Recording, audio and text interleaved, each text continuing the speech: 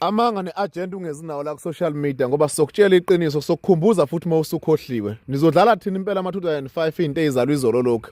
Namanga lalo mfo uthi ngaphandle ka former president uJacob Zuma uyedwa umhola eSouth Africa ongabhekana ngqo noDonald Trump. Aya nginikhumbuze la. After lenkomfa lena yango 2007 yayisepolokwane if not mistaken. The first trip kaBaba uNcamalala yayilibhekise kuphi yayilibhekise White House United States of America. Wayokwenzani? Wayengayili kuyo account. Kunenye into la like annually njalo ngoFebruary kumele ukuthi upresident ahambe nominister of finance wakhe baye kuphi baye eSwitzerland. Kusuke kuyokwenziwani? Iqale nini yaqala nini leyo nto le? Ayikazi iziyenzakala ngaphansi kokuncamalala.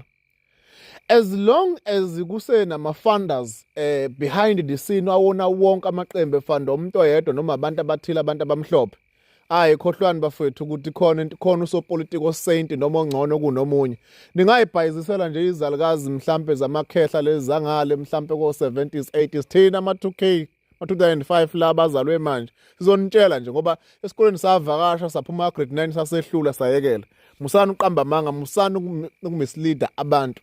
As long iqembu ukuze lisurvive kumele kube khona umlungu othile ofaka imali akekho usomabhizinisi okhipha imali yakhe engenayo inzuzo akayibhekile engenama expectations musana ukudlala ngathi nina hawu nakho futhi izolo kunoba bade ekhuluma la ngiyamkhohlwa nomunye usenegalwa ngapha kophongo lomkhuzi kade fandela inye iqembu lapha nebhizelekelela ngezimali zama campaign kade omunye kade ekhuluma la kwi-media abantu bembona ekuveza ngokusobala akekho umuntu ophozile ngestatement noma ngenkantolo ukuthi kade khokha imali gala fees o10 million wathi umuntu omhlophe nina lo nithi ena umecindezeli but uyalekelela ayinqatshi lento zani support yakhe ngayona yiphi inzuzo akayibhekile ngoba qale kuhlaliwe etafuleni qala zonke izinto ithebule phansi dodwe down.